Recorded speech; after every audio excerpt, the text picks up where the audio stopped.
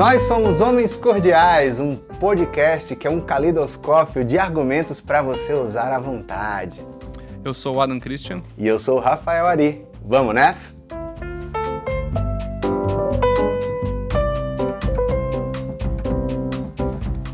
Adam, você sabe o que é um fascista? Olha, uma excelente pergunta. Eu acho que eu sei, mas hoje em dia tá ficando meio confuso, né? Quando penso em fascismo, para mim vem a cabeça do Mussolini na imagem. Mas pelo que eu entendi, ser fascista é, por exemplo, se você não gosta de alguém que eu gosto, você é um fascista, não é assim? Ou se você defende taxa de juros alta, talvez você seja um fascista. Se você defende um banco central autônomo, você é um fascista. Isso é uma característica do fascismo. Exatamente. Clássica. Então, eu acho que o fascismo, pelo visto, é uma característica assim, bastante ampla. É verdade? Na história é assim que acontece?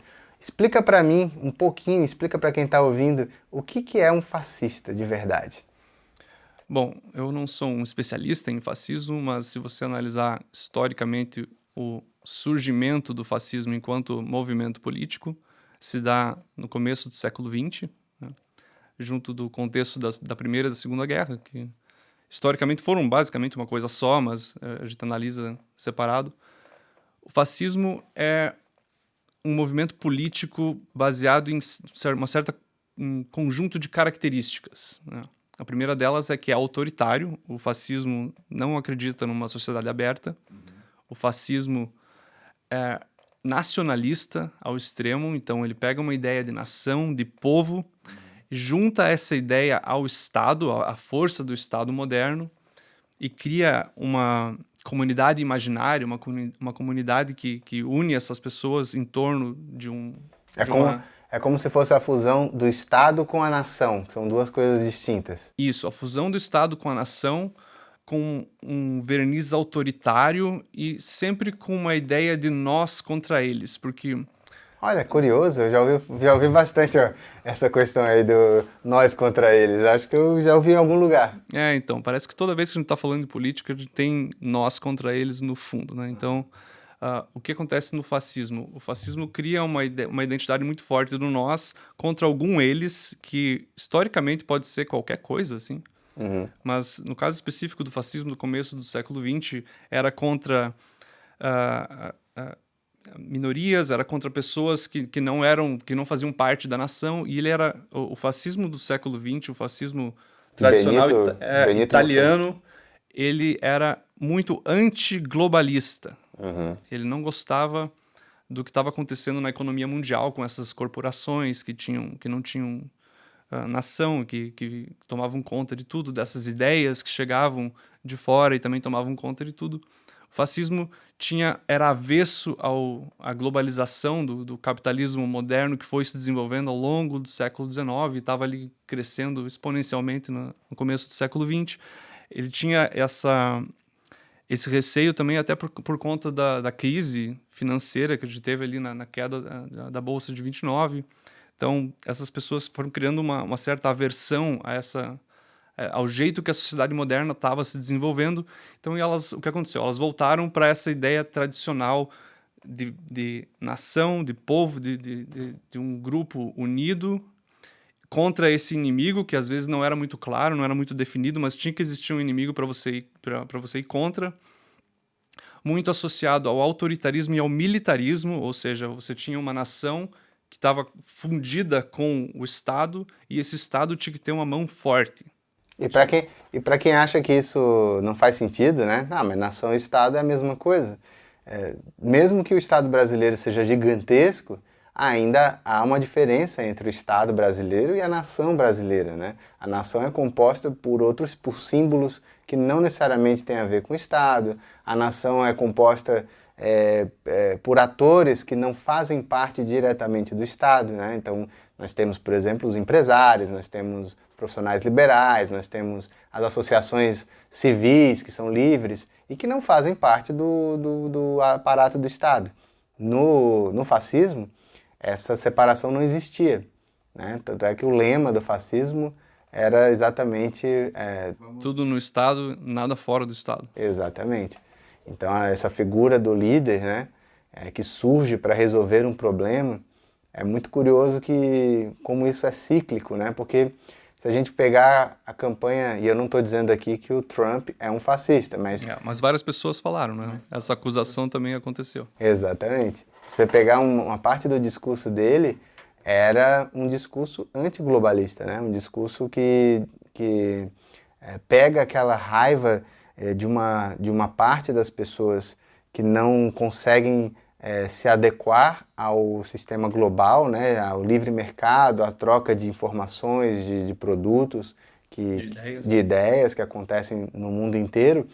E essas pessoas acabam sendo manipuladas, né? A raiva que elas sentem, no caso dos Estados Unidos nesse momento, né? Das eleições ali que o Trump venceu, aquela parte do meio oeste, daquelas pessoas que trabalhavam com indústrias pesadas, indústrias consideradas poluentes, tinham muita raiva do fato da China, né? Ter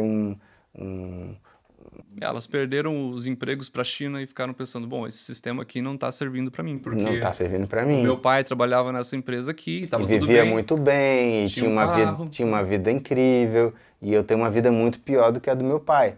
Então, o que a gente precisa? Precisa do homem laranja para fazer a América grande novamente. E isso é outra característica muito forte do fascismo, também do fascismo do começo do século XX, que é... Homens laranjas? Você, não homens laranja, mas você criar um passado mítico e você comparar a tua vida agora com esse passado mítico. Sim. E você dizer para as pessoas, tá vendo? A gente já foi muito grande lá atrás, a gente era muito melhor, mas agora aconteceu isso tudo e a gente decaiu. Mas não se preocupe, a gente pode construir Voltar. e fazer a América grande novamente. Esse discurso estava lá no fascismo antigo e é uma característica muito, muito clara. E se me permite fazer uma análise sociológica dessa... Você tem lugar de fala, vai lá. Dessa ascensão do fascismo, é que me parece que a sociedade moderna, global, ela cria muita riqueza, ela cria muita novidade, ela cria muita inovação, mas ela também cria vencedores e perdedores. Nem todo mundo... Se você olhar a curva, todo mundo está melhor, porque está todo mundo mais rico. Uhum. Mas dentro dessa análise mais minuciosa, mais micro, você vai ver que algumas pessoas... na destruição criativa do capitalismo, elas são destruídas, elas ficam para trás. Talvez elas tinham um padrão de vida, agora tem um padrão um pouco pior. O fascismo é como se fosse uma resposta tribalista e autoritária que surge para essas pessoas. Ela te dá uma explicação, ela dá um enquadramento para a situação em que você está, ou seja, essas grandes empresas, o mercado, a cultura global, seja lá qual for o culpado, fez com que você tivesse assim, mas não precisa ser assim, a gente pode fazer uma coisa diferente, melhor. Então, nesse sentido, o fascismo ele é revolucionário, ele é preparado para construir algo de novo e ele arregimenta esse ressentimento das pessoas com a situação que elas estão para usar isso como uma ferramenta política, para você usar isso para criar uma força política capaz de fazer algo novo. E é interessante isso que você está falando, porque geralmente é uma parte... quando tem essas grandes revoluções de produtividade, né? Se a gente for pensar, por exemplo, que aqui no Brasil, todas as migrações mais tardias de alemães e italianos é fruto da Revolução Industrial que aconteceu nesses países e que deixou muitas pessoas no campo sem muita função, né? Isso é o que o Marx chamava do exército industrial de reserva, né? Exato, só que nesse caso eles não tinham função mesmo, porque eles não conseguiriam, é uma geração que não consegue se adequar às novas tecnologias, ou seja, não tem idade suficiente mais, ou não tem naquele momento mais capacidade de aprender um novo ofício e fica basicamente na miséria. E esse foi um contingente que veio para o Brasil, por exemplo, né? Então, isso acontece de fato, essas revoluções.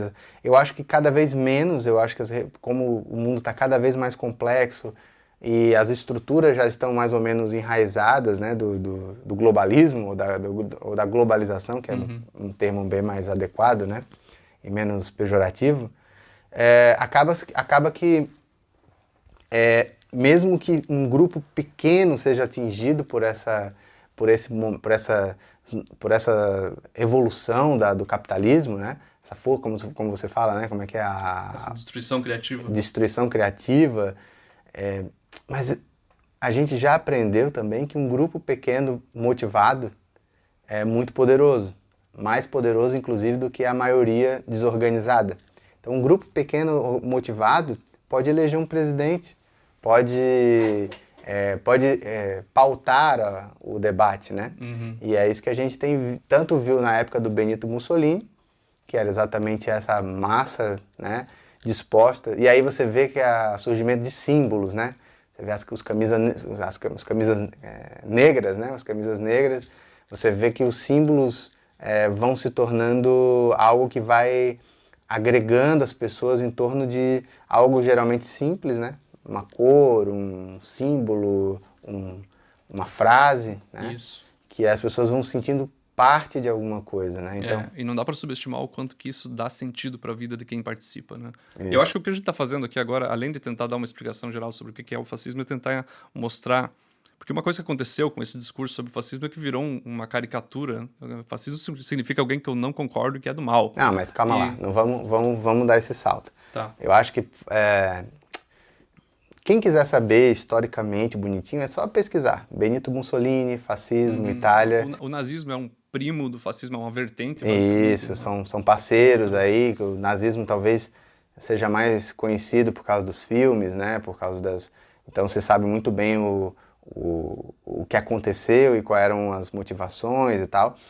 O fascismo tem a mesma natureza, né? Talvez talvez eles não tenham escolhido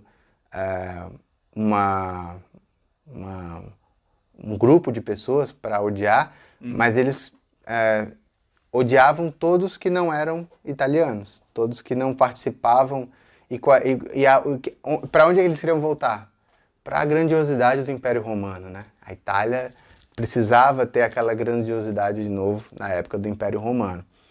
Então o que é preciso, para a gente resumir, é preciso entender que é o seguinte: o fascismo é sobre o controle total do Estado e de um governante autoritário sobre a vida das pessoas. Não existe mais vida privada durante um período fascista.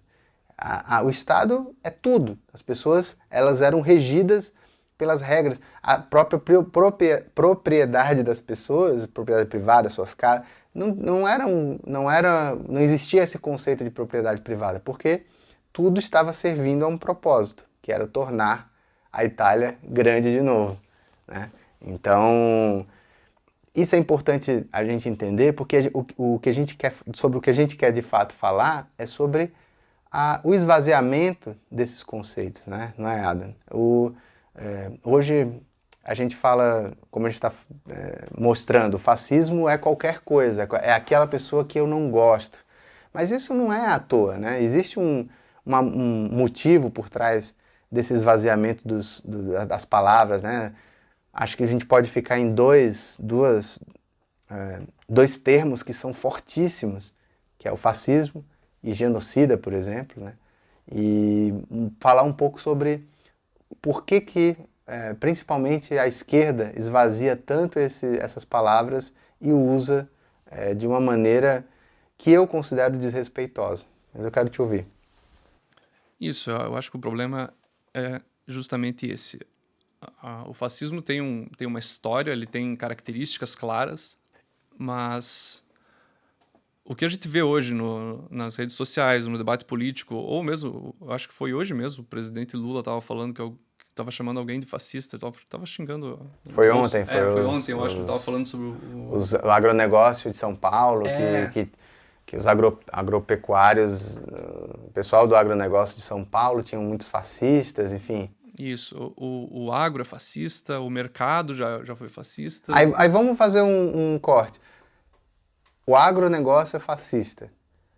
O agronegócio, se a gente for pegar, né, o agronegócio quer que o Estado tome conta de todas as coisas.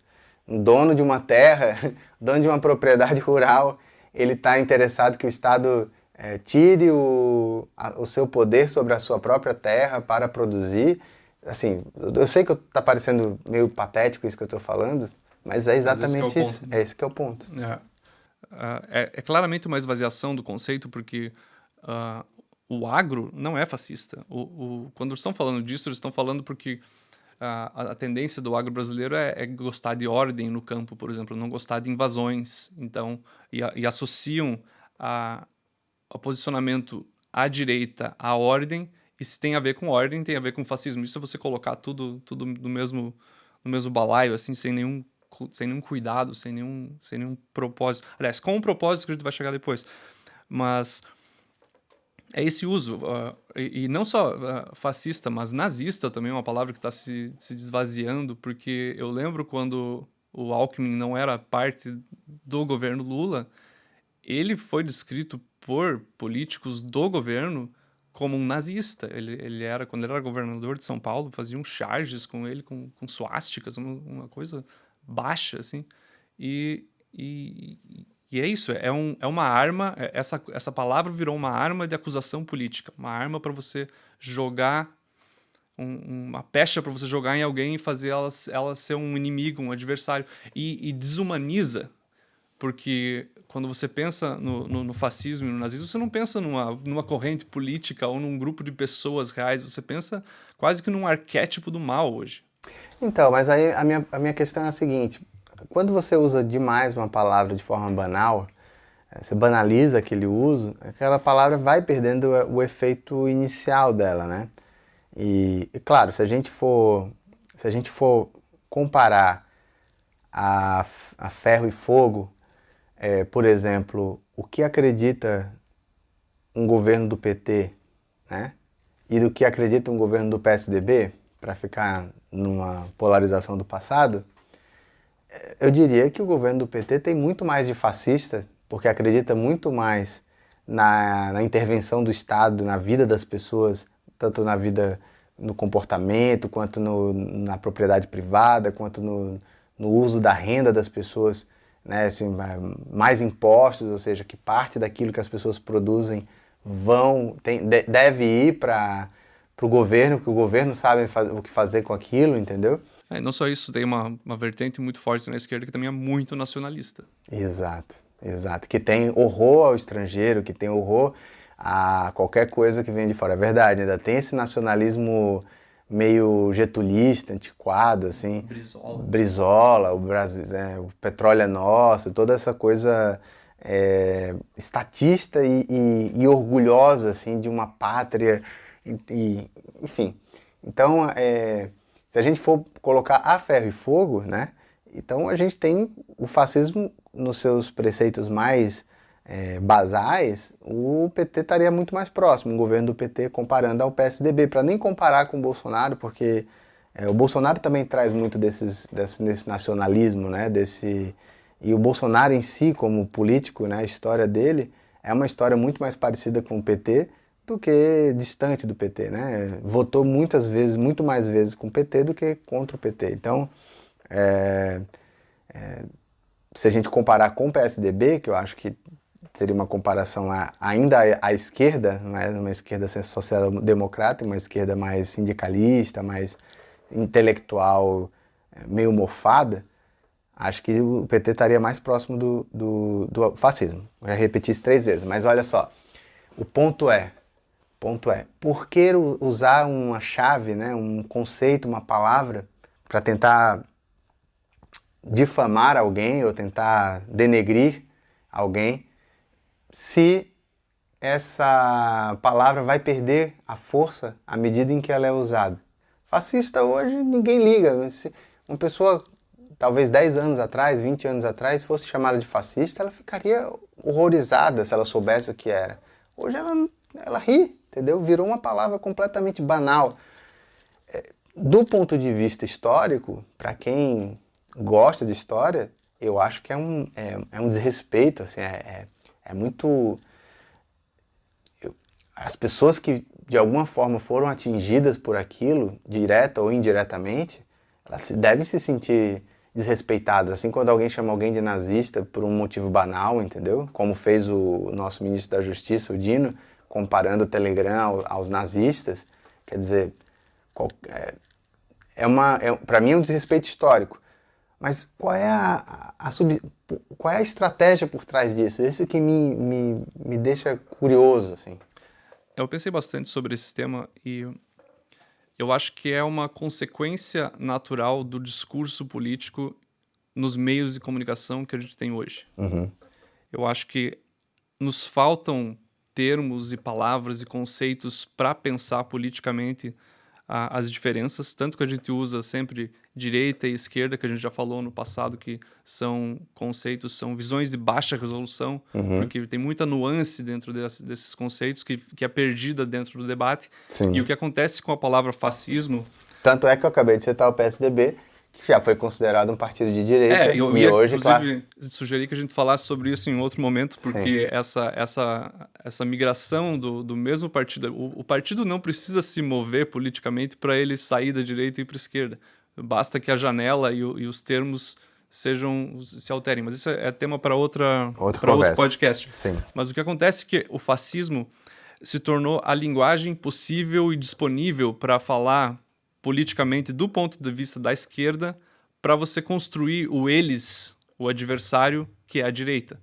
Então, você lida com a versão de baixa resolução, que é o fascismo, e você chama todo mundo de fascista, porque você cria esse espantalho para você lutar contra. E como o fascista ele é o adversário perfeito, assim, porque você não pode defender nada dele, ele é desumanizado, ele é automaticamente colocado como algo do mal, né, justamente porque historicamente foi um movimento político extremamente autoritário e problemático e assassino. Mas você não acha que há uma importação? Porque assim, a gente está vivendo um momento que a globalização ela traz outras infiltrações no debate de ideias que são bastante interessantes. Quem está ligado só na política brasileira ou só no debate brasileiro, talvez não saiba que essa questão de ser chamado de fascista está espalhada pelo mundo, principalmente no mundo ocidental, vamos dizer assim. Nos Estados Unidos é a mesma coisa. Estados Unidos e Europa. É a mesma coisa. Todo mundo que não concorda com a esquerda é fascista. Todo mundo que não...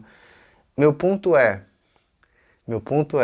será que até determinado ponto, chamar um político nacionalista de direita nos Estados Unidos de fascista pode fazer algum sentido, entende meu ponto? No sentido de que talvez existam movimentos na Europa e nos Estados Unidos que de fato sentem saudade do fascismo, entendeu? Sim. Sentem saudade desse Estado grande, nacionalista, militarizado.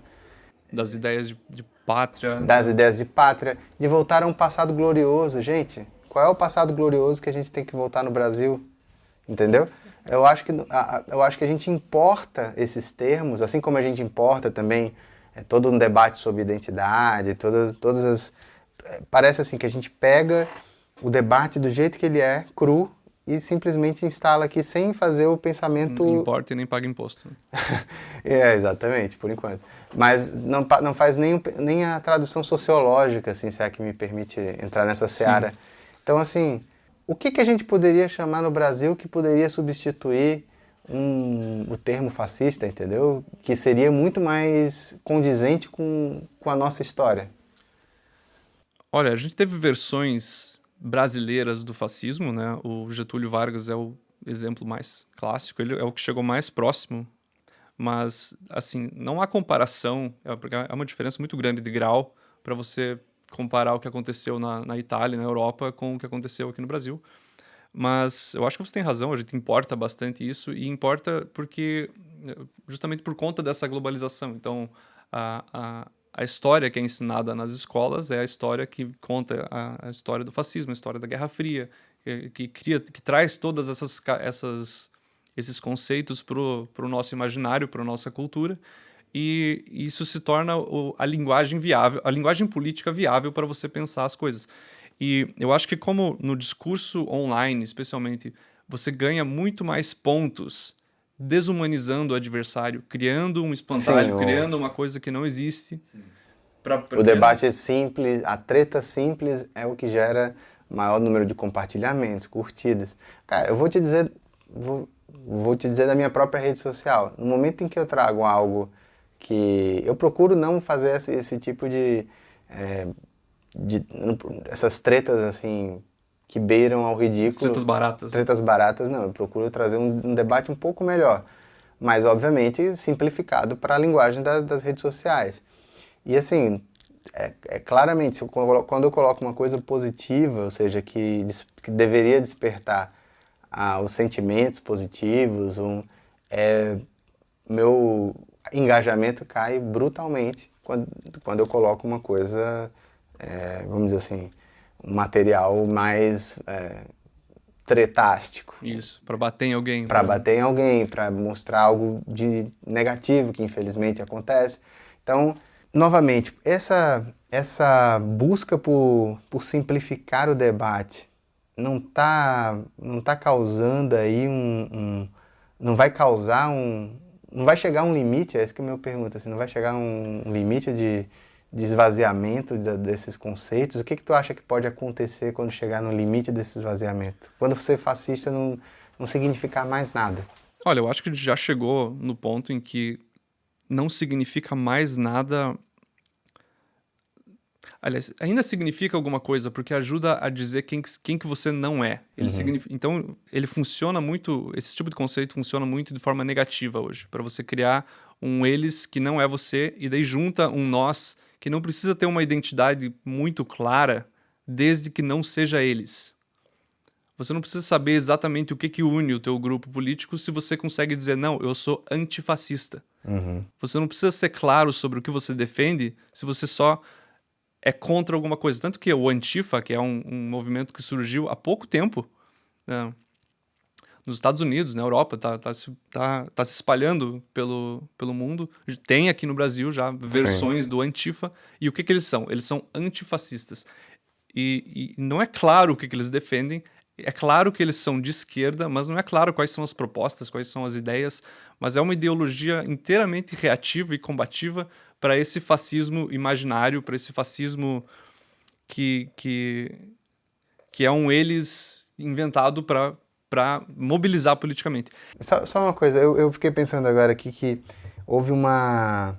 Porque assim, na década de 90, mais ou menos, 90 para 2000, o grande xingamento da esquerda era você ser neoliberal.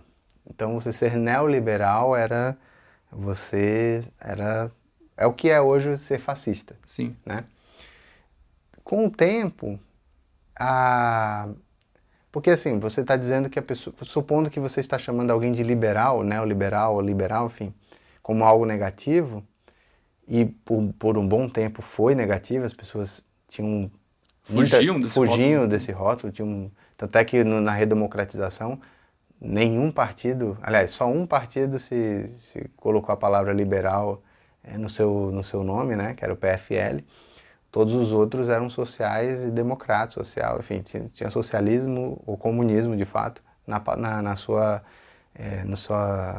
sigla. E isso se esvaziou. Pelo contrário, hoje existe um movimento liberal, né? As pessoas se dizem liberais sem ter receio, né? Sem ter medo, elas têm orgulho de serem liberais. Então, dificilmente isso vai acontecer com o fascismo, né? Mas aí que tá, eu não sei.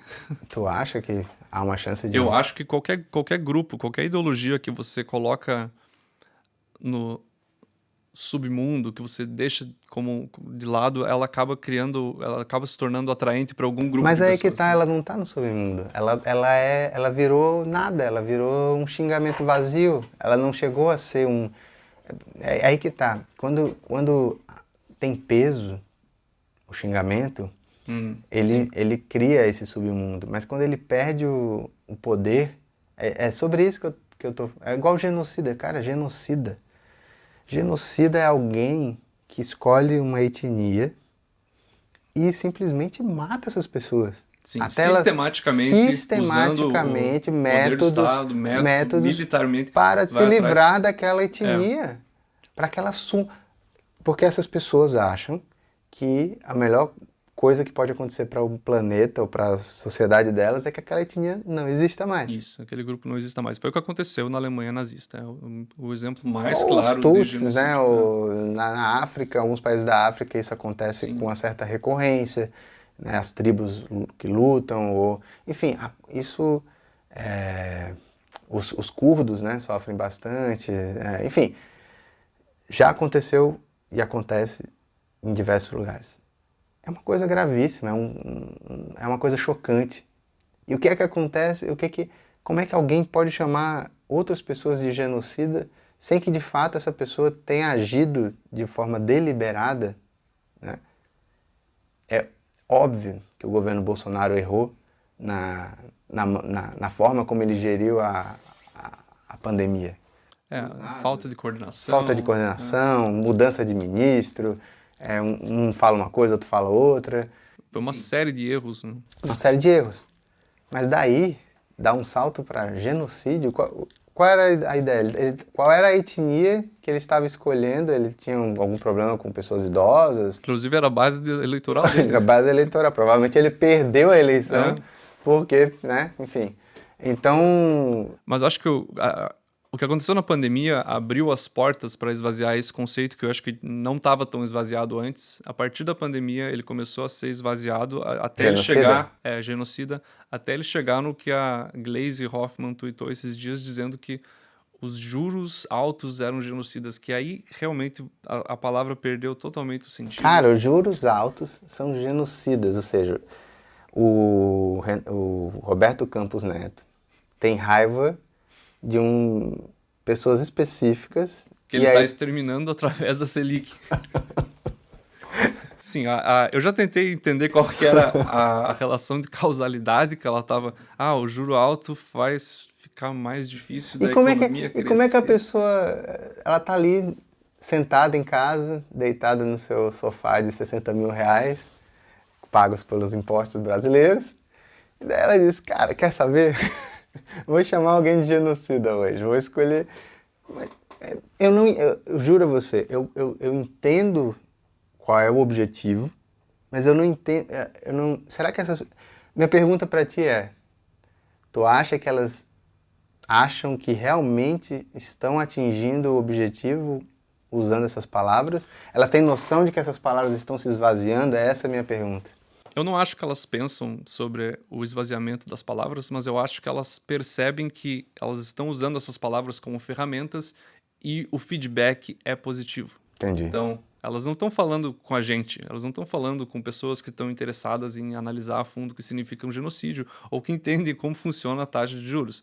O que você quer é você... Sinalizar. É sinalizar. Você sinaliza isso. E depois que elas usarem essas palavras, elas vão achar outras no futuro. Procura outras, sempre tem outras. E você usa essa palavra para sinalizar e ela vira quase que um grito de guerra, porque daí todo mundo que segue começa a repetir também.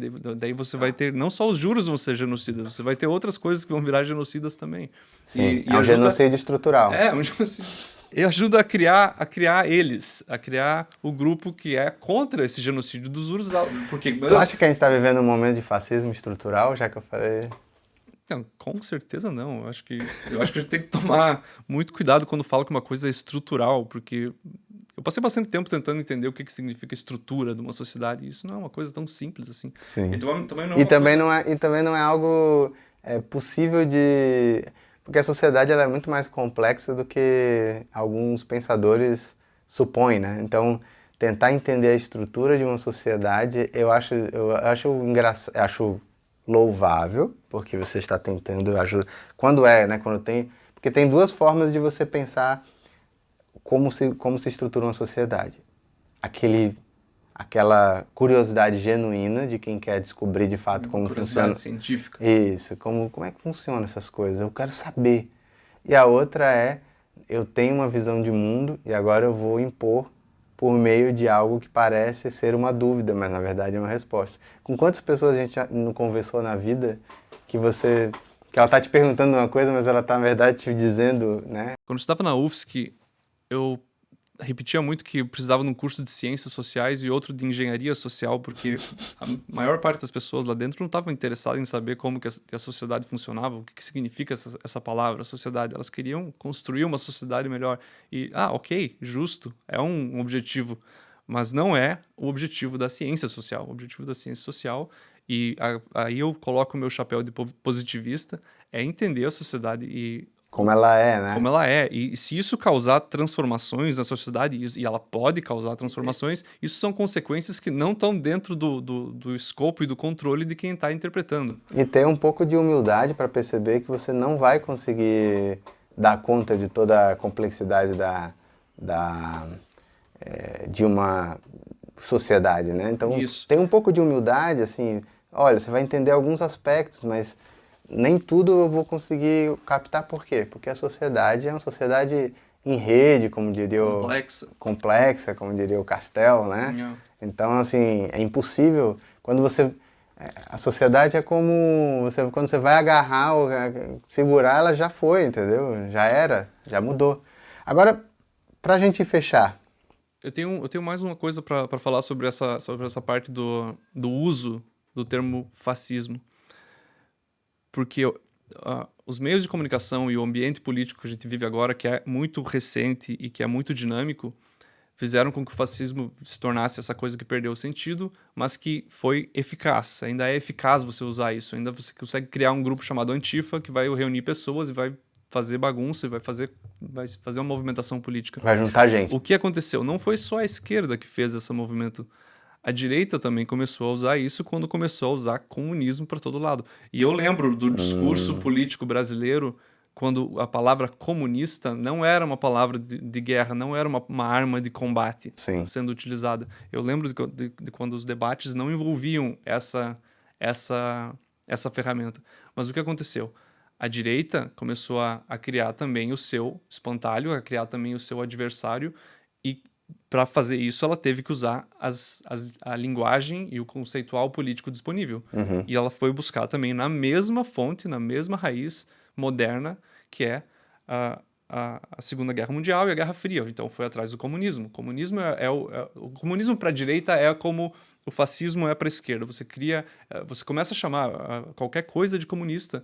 E eu percebi isso acontecendo também no debate, que você defender qualquer coisa que envolvesse o Estado para algum grupo de pessoas, você automaticamente era um comunista. Mas nem então, precisa envolver o Estado. ou mesmo sem envolver o É Estado. um xingamento moral mesmo, entendeu? Porque tem muita gente, inclusive, que se diz no campo da direita, mas que não tem problema com o tamanho do Estado, entendeu? É um problema simplesmente moral, né? Exatamente. É o uso, é uma palavra que você usa não com o sentido descritivo, que é um pouco que a gente tenta trazer aqui, com um sentido analítico, histórico, mas com o sentido de que é uma palavra que serve para fazer alguma coisa. É você usar a linguagem como uma ferramenta política. E o que acontece com o fascismo, com o genocida e também com o comunismo foi isso. Foi um completo esvaziamento, assim. Você cria esse espantalho e que te ajuda ele serve para organizar as pessoas, porque elas são anticomunistas e elas sabem o que elas não são. Elas não precisam ter muita certeza sobre o que elas são. Mas a partir do momento que eu sei o que eu não sou, pelo menos eu consigo marcar uma linha na areia para me localizar, para me juntar, para saber quem que é do meu time, quem que não é, para saber quem que eu sou e quem que eu não sou, para me guiar nas minhas ações, no meu voto, no meu consumo, no que eu vou publicar, na minha estética. Tem várias consequências de você adotar essa identidade em oposição a alguma coisa. E eu percebo que o nosso debate político está centrado em cima desse uso de ferramenta desses conceitos. Né? E para fechar, quais serão os próximos termos a serem utilizados pela direita e pela esquerda que será esvaziado no futuro? Assim, quando o fascismo, comunismo, genocida saírem de moda, o que virá no seu lugar? Olha, eu acho que isso vai depender muito da trajetória histórica que a gente vai ter aqui, porque a gente está se aproveitando de conceitos históricos que já tem mais de 100 anos, que tem por volta de 100 anos e que tem algumas características. Eu tenho uma... Você tem um candidato? Eu tenho um candidato. Acho que a China é um próximo alvo, assim. Ser chinês ou algo ligado à China, Que, claro, a China está ligado ao comunismo, né? Mas assim, como o termo vai se esvaziar, provavelmente, e acredito eu que possa vir a se esvaziar, algo ligado à cultura chinesa pode ser a próxima chave, vamos dizer assim. É um bom candidato. Uma das coisas que eu pensei pensando nesse episódio é que o maior exemplo vivo que a gente tem de um líder fascista hoje é Vladimir Putin, que é quem mais Se aproxima, né? risca as caixinhas de um fascista clássico. Ele tem o autoritarismo, ele tem o militarismo e o expansionismo, que esse é o mais difícil de você encontrar em movimentos que às vezes tem uma ou outra característica similar ao fascismo. O próprio Getúlio Vargas era um fascista, mas não era um fascista expansionista. Porque não tinha Não não fazia tinha sentido, história para isso, né? Mas o Putin e ele também tem a versão do passado idealizado para trazer, só que não é o passado da União Soviética, é o passado Czares, do né? Império Czarista. Ele tem todas as características de um líder fascista. Eu só não sei dizer qual é o nível da liderança carismática dele, porque a versão que a gente tem dele é muito... Ela passa pelos filtros do que chega para cá, né? Eu não sei como é que um O russo povo enxerga, lá né? enxerga ele ou vê ele como Mas tem liderança, sempre uma né? curva, né? Uma curva. O líder populista, ele tem no primeiro momento, uma grande Uma ascensão, popularidade, um apoio popular imenso, mas ele vai perdendo à medida que, invariavelmente, sempre acontece, esses países vão entrando num estado de pobreza, de decadência, de opressão, e tudo isso vai gerando um descontentamento na sociedade, né? Não tem, pode-se dizer o que for, mas o livre mercado, o capitalismo, ainda geram sociedades que, de certa maneira, prosperam e que deixam uma parte relevante da sociedade falar, né? Debater, deixam uma parte relevante da sociedade tem acesso a bens culturais e bens produtos, né? Comida. Então isso gera, vamos dizer assim, menos tensão do que num estado autoritário, onde você começa a ter que fazer aquilo que muitas vezes um indivíduo decide, né? Temos, aliás, para outros episódios, histórias fantásticas de como líderes autoritários geriam seus países. Acho que você é só um neoliberal, Rafa. Por enquanto, sim. É isso? É isso. Então, até o próximo programa. A gente espera vocês para a gente debater mais sobre temas atuais e temas assim também nem tão atuais assim, mas que interferem na nossa vida. Valeu? Valeu.